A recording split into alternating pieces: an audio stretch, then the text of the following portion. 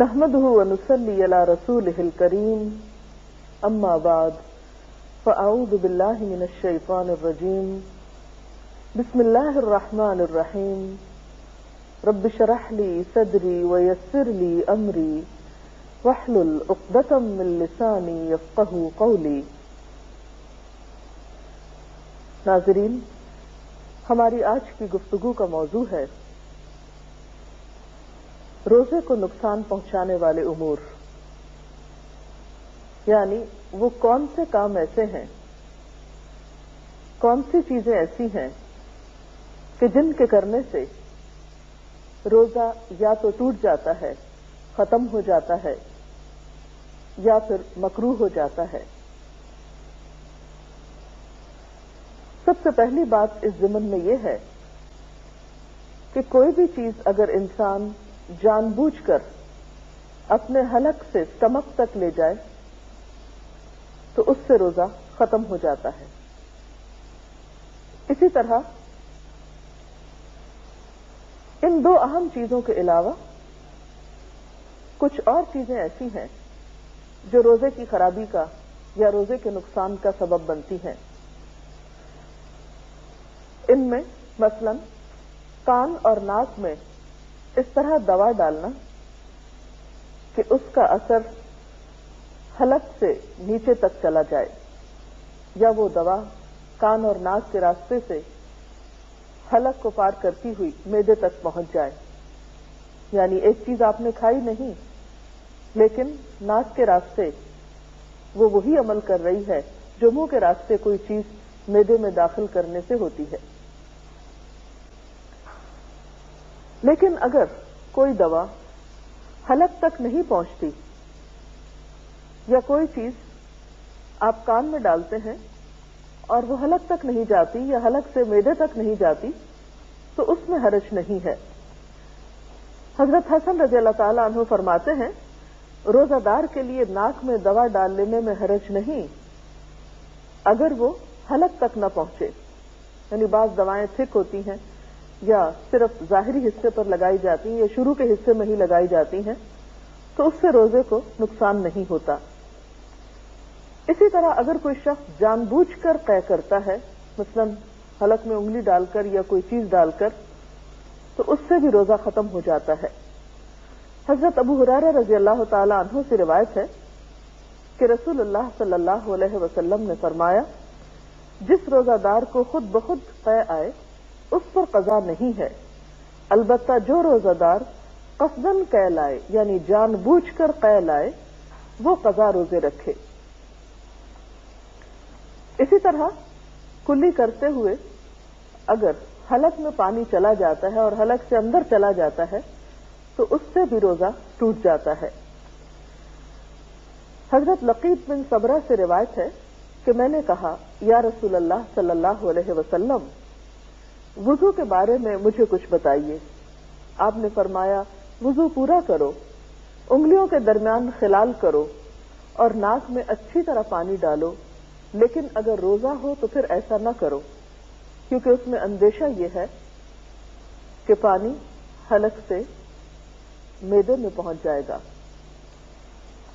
اسی طرح کوئی ایسی چیز انسان نگل لے جو عادتاً کھائی تو نہیں جاتی لیکن نگل کر معدے تک پہنچ جاتی ہے تو اس سے بھی روزہ ٹوٹ جاتا ہے۔ مثلا کسی قسم کی کوئی لکڑی یا لوہے کا کوئی ٹکڑا یا کوئی کچا دانا وغیرہ، یعنی وہ چیزیں جو عام طور پر کھانے کے لیے استعمال نہیں ہوتی لیکن انسان ان کو حلق تک لے جاتا ہے اور وہاں سے معدے تک وہ پہنچ جاتی ہیں، تو ایسی چیزیں بھی روزے کو فاسد کر دیتی۔ اسی طرح بعض اوقات انسان اگر بھول کر کچھ کھا پی لیتا ہے اور وہ پھر یہ سمجھے کہ اب روزہ تو ختم ہی ہو گیا اور پھر جان بوجھ کے کچھ ساتھ شامل کر لے تو اس سے بھی روزہ ٹوٹ جاتا ہے۔ یعنی صرف بھول کر کھانے سے تو روزہ نہیں ٹوٹتا لیکن کچھ بھول کر کھایا ہو اور کچھ اور ساتھ شامل کر لیا جائے تو اس سے روزے کا نقصان ہو جاتا ہے۔ پھر اسی طرح دن باقی ہو اور انسان یہ سمجھے کہ شاید سورج غروب ہو چکا ہے اور کچھ کھا لے یا کوئی اور آواز سن رہا ہو اور اسے شبہ یہ ہو کہ شاید مغرب کی اذان ہو رہی ہے اور اس طرح وہ کچھ کھا لے اور یہ خواہ 5 منٹ پہلے بھی افطار کے ہو تو اس سے بھی روزہ ختم ہو جاتا ہے، اس روزے کی بھی قضا دینا ہوگی۔ پھر اسی طرح ہم دیکھتے ہیں کہ ان تمام چیزوں سے جب روزہ ٹوٹتا ہے تو وہ روزہ جو جان بوجھ کے توڑا جاتا ہے بغیر کسی عذر کے، اس میں صرف قضا ہی نہیں، اس کا کفارہ بھی ہوتا ہے۔ اس کا کفارہ کیا ہے؟ ایک غلام آزاد کرنا، اور اگر غلام نہ ہو تو 60 روزے متواتر رکھنا کہ بیچ میں ناغہ نہ ہو، اور اگر پھر ناغہ کر دیا تو شروع سے پھر 60 روزے رکھنا ہوں گے، یعنی ابتدا سے اسے پھر شروع کرنا ہوں گے اور پورے 60 کرنا ہوں گے۔ اور اگر کسی شخص میں یہ استطاعت نہ ہو تو پھر 60 مسکینوں کو 2 وقت پیٹ بھر کر کھانا کھلائے، تو یہ جان بوجھ کر توڑنے والے روزے کا کفارہ ہوگا۔ اب کچھ چیزیں ایسی ہیں کہ ان سے روزہ ٹوٹتا تو نہیں لیکن مکروہ ضرور ہو جاتا ہے۔ ان میں خاص طور پر ایسے اعمال جن کا تعلق اخلاق سے ہے، مثلا جھوٹ اور غیبت۔ حضرت ابو ہریرہ رضی اللہ تعالی عنہ سے روایت ہے، قال قال رسول اللہ صلی اللہ علیہ وسلم من لم يدع قول الزور والعمل به فليس لله حاجة ان يدع طعامه وشرابه۔ حضرت ابو ہریرہ رضی اللہ تعالی عنہ سے روایت ہے کہ رسول اللہ صلی اللہ علیہ وسلم نے فرمایا، جو شخص روزہ رکھ کر جھوٹ بولنا اور اس پر عمل کرنا نہ چھوڑے تو اللہ تعالیٰ کو اس بات کی کوئی حاجت نہیں کہ وہ کھانا پینا چھوڑ دے۔ روزے میں لڑنا جھگڑنا، گالی دینا، خواہ وہ کسی انسان کو ہو یا کسی بے جان چیز کو، ایسی تمام چیزوں سے بھی روزہ مکروہ ہو جاتا ہے اور روزہ اپنا اجر و ثواب کھو بیٹھتا ہے۔ اس سلسلے میں حضرت ابو ہریرہ ہی کی روایت ہے، عن ابی ہریرہ قال قال رسول اللہ صلی اللہ علیہ وسلم لیس الصیام من الاکل والشرب انما الصیام من اللغو والرفث فإن سابك أحد أو جهل عليك فلتقل إني صائم إني صائم۔ حضرت ابو ہریرہ رضی اللہ تعالی عنہ کہتے ہیں کہ رسول اللہ صلی اللہ علیہ وسلم نے فرمایا، روزہ کھانے پینے سے رکنے کا نام نہیں بلکہ بیہودہ اور فحش کاموں سے رکنے کا نام ہے۔ یعنی روزے کی اصل روح صرف کھانے پینے کا پرہیز نہیں بلکہ بیہودہ گفتگو سے پرہیز ہے، غلط کاموں سے بچنا ہے۔ لہذا اگر روزہ دار سے کوئی گالی گلوچ کرے یا جہالت سے پیش آئے، یعنی لڑائی جھگڑا کرے، تو اسے کہہ دینا چاہیے میں روزے سے ہوں، میں روزے سے ہوں۔ اگرچہ اس بات کا اہتمام رمضان میں بطور خاص کرنا چاہیے، لیکن عام دنوں میں بھی اہل ایمان کی صفت قرآن پاک میں جو بتائی گئی ہے وہ کیا ہے کہ وَإِذَا خَاطَبَهُمُ الْجَاهِلُونَ قَالُوا سَلَامًا، کہ جب کچھ لوگ ان سے جہالت برتتے ہیں، جاہل ان سے کلام کرتے ہیں تو وہ کہہ دیتے ہیں سلام ہو تم پر۔ تو اس سے پتہ چلتا ہے کہ روزے میں اصل تربیت جس چیز کی مقصود ہے وہ انسان کا اخلاق اور کردار ہے، اور جہاں تک کھانے پینے کے چھڑانے کا تعلق ہے تو اس سے بھی اصل غرض یہی ہے کہ انسان کو ایک تربیت دی جا سکے۔ اس کے علاوہ کچھ چیزیں ایسی ہیں کہ جن کو اگر بلا ضرورت کیا جائے تو اس سے بھی روزہ مکروہ ہوتا ہے، مثلا کوئی نمک وغیرہ چکھ کر یا کوئی بھی چیز چکھ کر تھوک دینا جبکہ اس کی کوئی خاص ضرورت نہ ہو۔ اس کے ساتھ ہی مناسب معلوم ہوتا ہے کہ کچھ ایسی چیزوں کا بھی ذکر کر دیا جائے کہ جن سے نہ تو روزہ ٹوٹتا ہے اور نہ ہی مکروہ ہوتا ہے، لیکن عام طور پر لوگوں کے دل میں بار بار سوال اٹھتے ہیں کہ کیا ہمارا یہ عمل درست ہے؟ ان میں سب سے پہلی چیز مسواک ہے۔ مسواک کرنے سے روزہ ٹوٹتا بھی نہیں اور مکروہ بھی نہیں ہوتا۔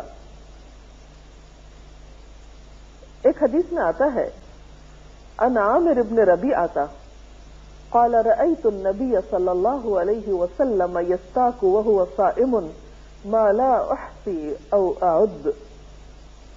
حضرت عامر بن ربیعہ کہتے ہیں میں نے نبی صلی اللہ علیہ وسلم کو روزے کی حالت میں اتنی مرتبہ مسواک کرتے دیکھا کہ گن نہیں سکتا. اس سے ایک اور خاص بات یہ پتہ چلتی ہے کہ روزے کی حالت میں بطور خاص اپنے منہ کی صفائی کا دھیان رکھنا چاہیے، کیونکہ روزے سے منہ میں ایک خاص بسام پیدا ہوتی ہے جو بعض اوقات دوسروں کے لیے تکلیف کا سبب ہو سکتی ہے. اسی لیے ہم دیکھتے ہیں کہ نبی صلی اللہ علیہ وسلم عام دنوں میں بھی مسواک کا بہت اہتمام کرتے، لیکن روزے میں بطور خاص. اسی طرح آنکھوں میں سرما ڈالنے سے یا سر میں تیل لگانے سے بھی روزے پہ کچھ اثر نہیں پڑتا. قال ابن مسعود اذا كان صوم احدكم فليصبح دهينا مترجلا. حضرت عبداللہ بن مسعود فرماتے ہیں کہ جب تم میں سے کوئی روزہ دار ہو تو اسے تیل کنگھی کر لینا چاہیے، یعنی اپنی حالت سنوار کر رکھنا چاہیے. اسی طرح خوشبو سونگھنے سے، کوئی پرفیوم وغیرہ کی سونگھنے سے یا لگانے سے روزہ نہیں ٹوٹتا. گرمی کے پیاس اور موسم کی شدت کی وجہ سے اگر کوئی شخص بار بار نہاتا ہے یا سر پہ پانی ڈالتا ہے تو اس سے بھی روزے پر اثر نہیں پڑتا. حضرت ابو بکر بن عبد الرحمن کہتے ہیں کہ نبی صلی اللہ علیہ وسلم کے صحابہ میں سے کسی نے کہا کہ میں نے آپ صلی اللہ علیہ وسلم کو دیکھا کہ آپ روزے میں گرمی یا پیاس کی وجہ سے سر پہ پانی بہا رہے تھے. اور آپ جانتے ہیں کہ عرب کی گرمی جو ہے وہ ہمارے ہاں کی گرمی سے بہت شدید ہوتی ہے اور گرمیوں کے روزے کافی سخت ہوتے ہیں.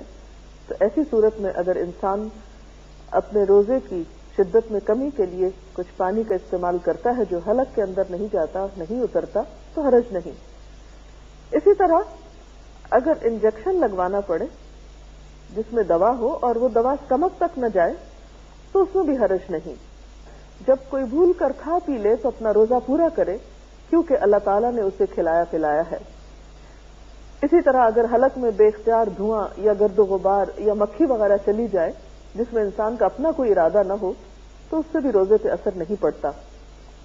اسی طرح کان میں نہاتے ہوئے پانی چلا جائے اور انسان کا کوئی ارادہ نہ ہو اس پانی کے اندر ڈالنے کا، اور کس کا ارادہ ہو سکتا ہے کان میں پانی ڈالنے کا سوائے کسی ناسمجھ کے، تو ایسی صورت میں بھی روزے پر کوئی اثر نہیں پڑتا. اگر خود بخود قے آ جائے تو اس میں بھی حرج نہیں. اسی طرح دانتوں سے اگر خون نکلے مگر حلق میں نہ جائے تو بھی روزے میں خلل نہیں آتا. اسی طرح اگر کوئی شخص غسل کی ضرورت رکھتا ہے لیکن پہلے سحری کھا لیتا ہے اور بعد میں نہاتا ہے تو بھی روزے پر اثر نہیں پڑتا. انسان کے منہ میں جو لعاب دہن ہے اگر وہ حلق سے معدے تک چلا جائے تو اس سے بھی روزے کو نقصان نہیں ہوتا. پشنے لگوانے کے بارے میں نبی صلی اللہ علیہ وسلم کا طرز عمل کچھ یوں پتہ چلتا ہے. بخاری کی روایت ہے، حضرت ابن عباس کہتے ہیں کہ آپ صلی اللہ علیہ وسلم نے روزے کی حالت میں پشنے لگوائے. اور پشنے کیا ہوتے ہیں کہ علاج کے طور پر سوئی سے یا بلیڈ سے یا اس طرح سے جسم کے حصے کا کچھ خون نکالا جاتا ہے جو کہتے ہیں کہ گندا خون ہوتا ہے اور اس کے نکالنے سے صحت ہوتی ہے. تو ایسے عمل سے بھی روزہ نہیں ٹوٹتا. اسی طرح اگر کوئی شخص بلڈ ڈونیٹ کرنا چاہتا ہے کسی ایمرجنسی کی صورت میں اور اس کے لیے جسم میں نیڈل ڈالنے کی ضرورت ہے تو اس سے بھی روزے پر اثر نہیں پڑتا. بہرحال یہ کچھ امور تھے جو روزے کی صحت سے متعلق تھے. اللہ تعالیٰ سے دعا ہے کہ وہ ہمیں اس طرح رمضان گزارنے کی توفیق دے کہ واقعی ہمارے روزے اور باقی عبادات اس کے ہاں مقبول ہوں. اس کے ساتھ ہی ہمارے آج کے پروگرام کا وقت ختم ہوتا ہے. اجازت چاہتے ہیں. اللہ